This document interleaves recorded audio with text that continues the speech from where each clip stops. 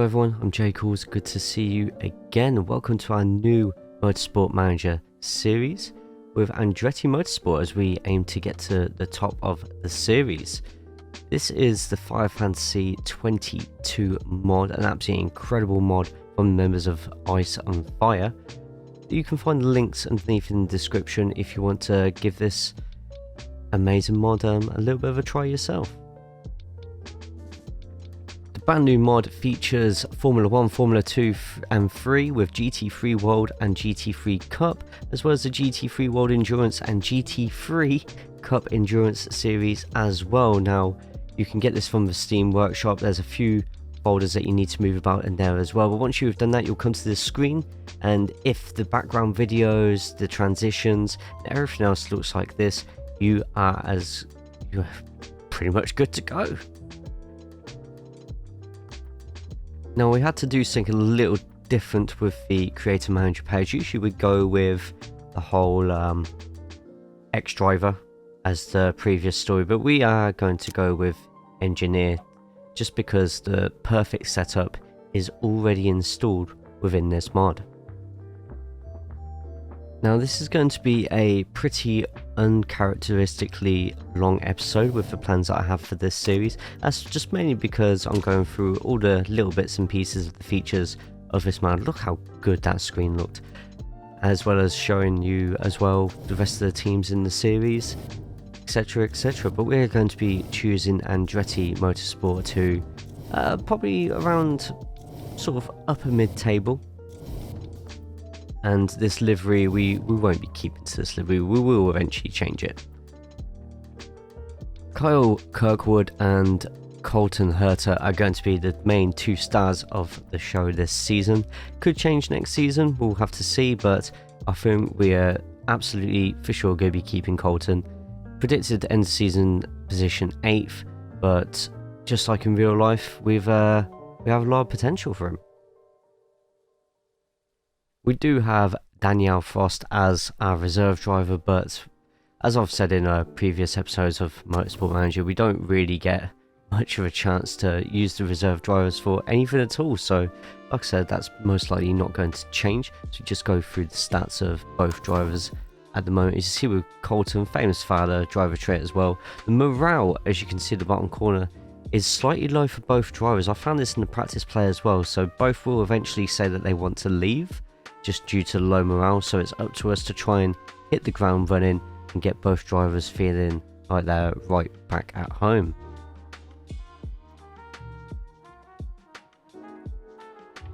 One of the things I found out pretty early on a practice run of this idea, this concept I've decided to do, is that reliability is key, and you're not going to have a lot of money at all to spend on new parts, so you need to make sure that you get all the funds lasting for quite a while, and just the degradation will it will mess with your mind. What will also mess with your mind is how the part design has completely changed. So instead of the usual average, good, great, epic, legendary, there's now new categories such as chassis and driver, reliability, performance, high-end performance, and facility boost. Now, we don't have the last two because of the state of our HQ, so for now it's nice and simple. Pick whatever you want from any line, and you just have to read the small print in terms of how much extra it's going to cost, how many more days it's going to take to produce, and you can make some pretty nice combos out of here. Just gotta keep a watch on the price, especially if you go be in Formula 2 or Formula 3. Speaking of reliability, as you can see, reliability is starting off pretty low, so you'd want to get those upgraded straight away. The part decay happens to your engine and gearbox to the point where you will lose between 2% and 4% of maximum reliability on those parts per race. Do not fear, however, because with Formula 2 and certain teams in other series as well, you're going to be taking control of a lot of teams with no sponsors. So you've just seen now from no sponsors to all of these, a bit of a healthier bank balance and guaranteed money per race. We decided as well to give a little bit of a slight facelift to the team livery as well, loosely basing it on Colton Herta's Andretti IndyCar in real life. changing the colours of the sponsorships and just putting a little bit of blue in there as well.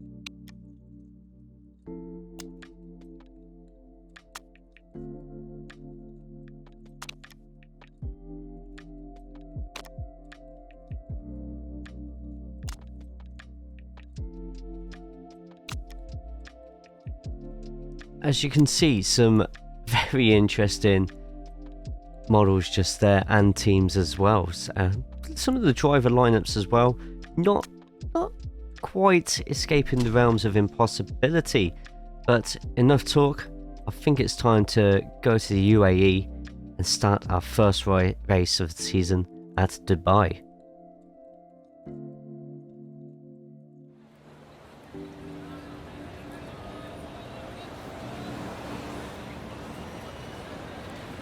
With the perfect setup feature on, it's made it pretty easy to get to level 3 in certain perks just there, as we jump straight into the qualifying with towards the end of a Herta lap.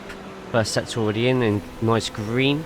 As usual, purple means it's the quickest of the whole grid. Green is that driver's quickest, and then white, it's just nowhere near as fast as they're usually going. And Colton Herta setting up a really nice fastest lap just there, taking over from Kirkwood. But as you can see straight away, some of the grid starting to get some pretty quick times themselves in.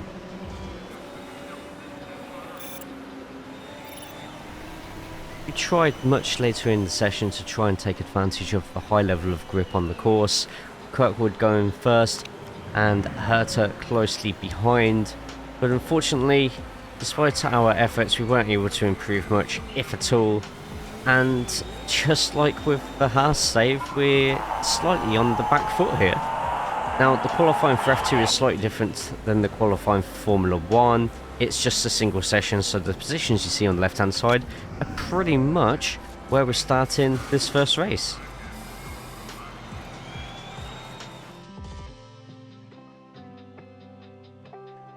We, however, will not be deterred, and despite starting well outside the top 10, we shall persevere with a super soft strategy, so the red tyres, few on the yellows, but we're hoping for a good decent start, which we actually got. So Herta straight away jumping from 16th and finding a gap, getting himself up into that top 10. Meanwhile, Kirkwood still sort of fighting for that 19th place. If this is any indication, then we might find ourselves pretty much following Herta for the majority of this series.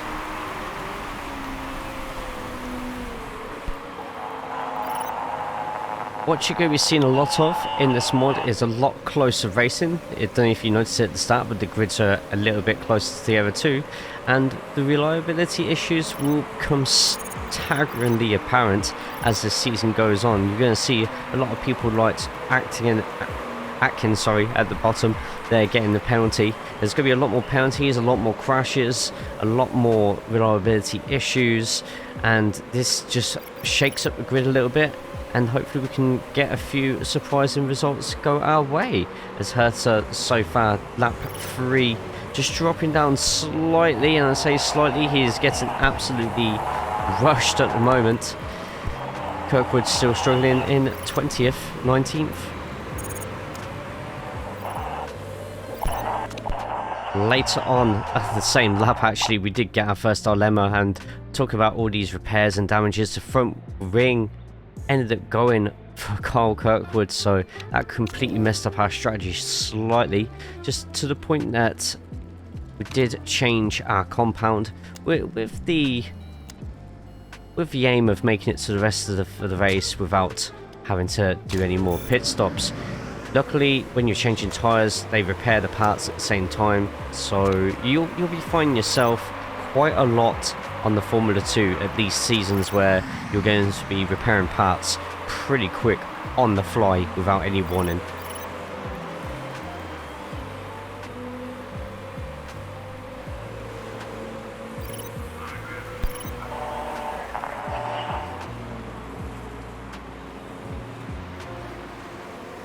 We called for Mr. Herta to make his way into the pits at lap 18. No damages to repair.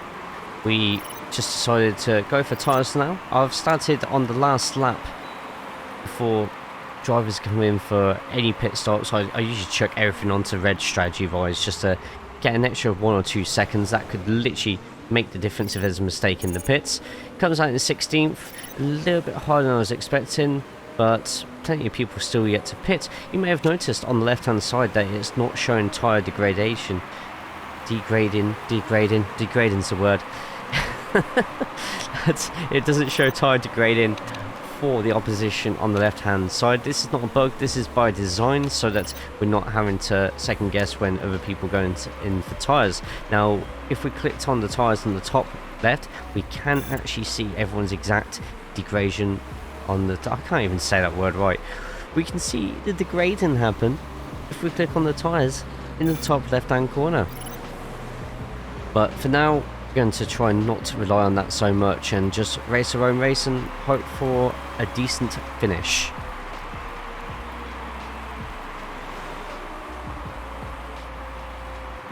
As we approached the last 7-8 laps, we'd realised we'd made an absolutely critical error with Kirkwood and his fuel management. We'd set a high strategy when Colton was in the pits and we forgot to turn it off again, so with 8 laps left, 7-8 laps left, we were down on fuel by about a lap 0.2, so we set Kirkwood to the lowest strategy we could and we just hoped for the best that he didn't run out of fuel at the end. Not that Kirkwood was going to make the points anyway unless an absolute brawl happened and everyone decided to go out, but a higher position would help with his morale and would give me another driver not wanting to leave. However, things went from bad to worse for Kirkwood as he was on his final lap of fuel. On the last lap, he unfortunately had a collision, so as well as damage, no fuel left and degraded tyres, Kirkwood was literally dead in the waters to the point that unfortunately he got pipped right up the line. I think me on a mobility scooter after a few cans of like any alcoholic beverage would have been faster than Kirkwood on those last few corners. 13th place, not good enough. However, I saw glimpses. I have a feeling that the next race could get very, very interesting. Luckily, we weren't the only ones who ended up getting penalties. As you can see, there's quite a few through the field, but also discovering that as well as the fastest lap bonus, there's also a bonus for qualifying in first place. Maybe we could use that to advantage at some point, but for now, 0 points on the board. We move on to the second race. By the way, that's the second race of this episode. I'm going to start trying to put 2 or 3 races per episode now, just to make your viewing experience a little bit quicker and you get more bang for your buck. So more races and less time in the episodes. As you can see, a few traits depending on finishes massively affect drivers' attributes, so we need to try and keep on finishing higher or else our stats will just get lower and it will just, I feel, spiral completely out of control. As you can see with F1 though, nothing really changes. Verstappen, Leclerc, and your usual 3 teams up there, but do see a surprisingly high finish for Audi just there as well. That's pretty cool. Do you know what isn't cool though? I predicted this. Both drivers listening to offers, so it's up to us to try and get their morale up as quick as possible. Oh well, you know what? I'll do it. Here, have 100 grand. 100 grand per play party. What is this, Sweet 16? But this game quickly goes from Sweet 16 to Talladega Nights. Looks like the cockpit has signed Andretti Autosport's driver Kyle Kirkwood up as a spokesperson for the brand. Oh dear God. So before I buy that new multi-gym for the headquarters, let's just swiftly move over to Cape Town in South Africa for round 2.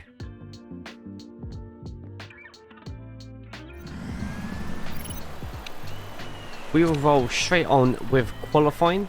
As usual, I keep the clear optimization tab to always on, so it automatically does it. I don't have time to learn a new mini game on this one. As Herta and Kirkwood go out, and Kirkwood is really struggling at the start of this Andretti career. I'm hoping by another few races time we'll start to really see some sort of improvement. Herta, however, getting to 7th. We did send them both out again, but there was no improvement. In fact, Herta dropped down a couple of places just due to everyone else being that little bit faster on their second stint. Much better qualifying rise for Colton Herta. Pity we can't really say that much for Kirkwood. We've put Kirkwood onto a harder compound. We're going to play the waiting game with him. With Herta, we're going to just go straight with the ultra softs, see how the start of this race goes, and once again Herta getting some pretty good starts in, because once the cars start churning up together, Herta just manages to find the exact right gaps and he gets himself up within that top 5 straight away, even a podium there at some point. Meanwhile, Kirkwood, yay! Kirkwood gained a place because the other guy just completely messed up, so he didn't actually pass him, he just took advantage of a mistake. Ugh. Anyway, Colton Herta up into 4th place in the South African Grand Prix. Let's see if he can keep it up for the next few laps.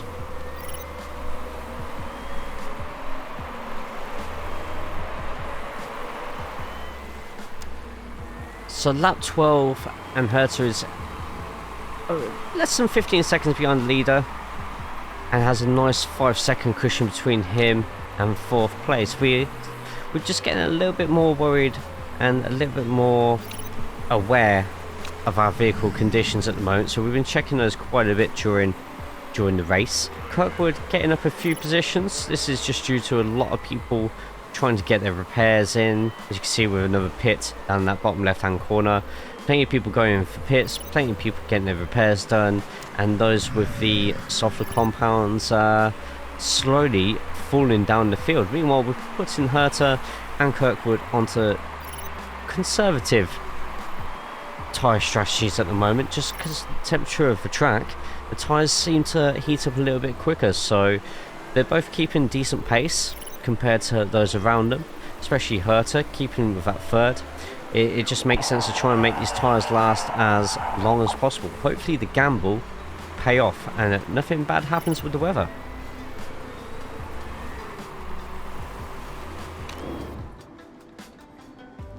So we're deciding on a full ultra soft stop for Herta. He will have one more stop after this, so we're kind of in the mind that we won't do any vehicle repairs this time around, but we'll double check before his second stop, and if he needs any repairs doing, then we've at least got that last pit stop to hopefully not lose too much time. I think it only adds about 3-4 seconds to the pit stop because the repairs do get made at the same time as tyres getting used.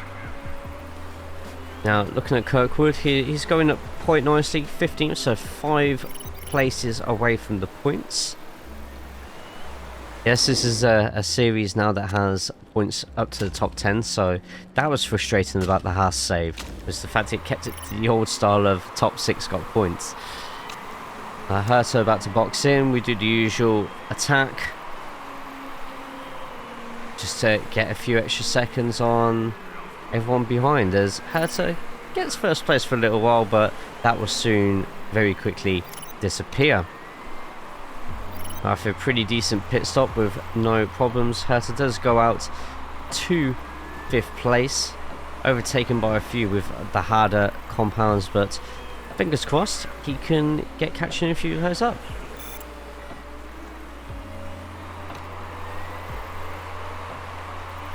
At this point, with Kirkwood's tyres low, we think about getting him in for that pit. 10th place, so he's climbed up pretty well, and we've decided definitely going to get that brake sorted as well. So once we've got those in, as you can see, the tyres and the repairing all going on at the same time. Perfect. Gets in, unfortunately does go back to last out of all the drivers who have survived. But we are hoping that there's a few more accidents yet to come, and Kirkwood most certainly does not finish in 23rd place. We decide to repeat the strategy for Herta. His brakes looking quite low as well. He has a good gap between him and 3rd place, so we don't mind losing the place if it means that he's going to actually finish the race. So we get him onto the ultra softs. Now has his brakes repaired and the chase can begin as Herta looks at getting that top 3. Could potentially get a top 3 actually, looking at those times. It's not within the realms of impossibility.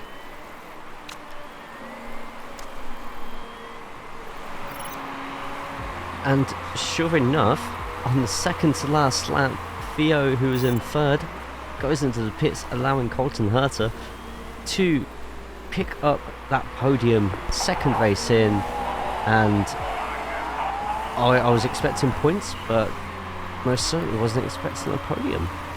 So GG to Colton, and Kirkwood in the end managing to get himself up into that top 20 with a solid 18th place despite all the setbacks that he also got. Points for Andretti. You love to see it.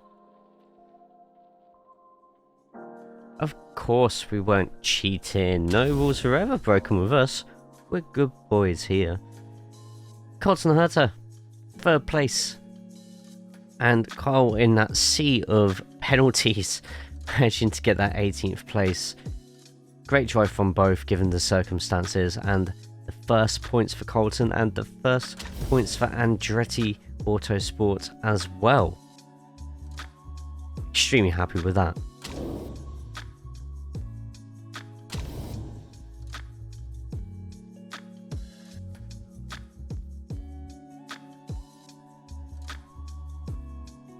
So with a few new traits for both drivers, Kyle still getting a lower percentage in the marketability, while Colton Herta just gets a slight increase there. With that, we have done the first 2 races. We've got a few more points than I expected to, which is always good. Much better than what the Haas save went through. So all we need to do now is just go through little bits of mail, answer any questions, try and get our morale up of the drivers, get marketability up, all that jazz, check over the repairs and just move around and hire any new pit crew. And we're pretty much done with this episode. So thank you everybody who has made it this far. If you have, please make sure that you like the episode, subscribe to the channel and so you can check out the next episode. And most importantly, let me know in the comments underneath, those especially if you've watched the Haas series, how much you like how the video is set up, like no camera, more commentary, more races, shorter videos. It just sounds absolutely perfect, doesn't it? But once again, thank you all. We will see you next episode with another 2 races. And until then, take care of yourselves and take care of each other. Enjoy the rest of your day.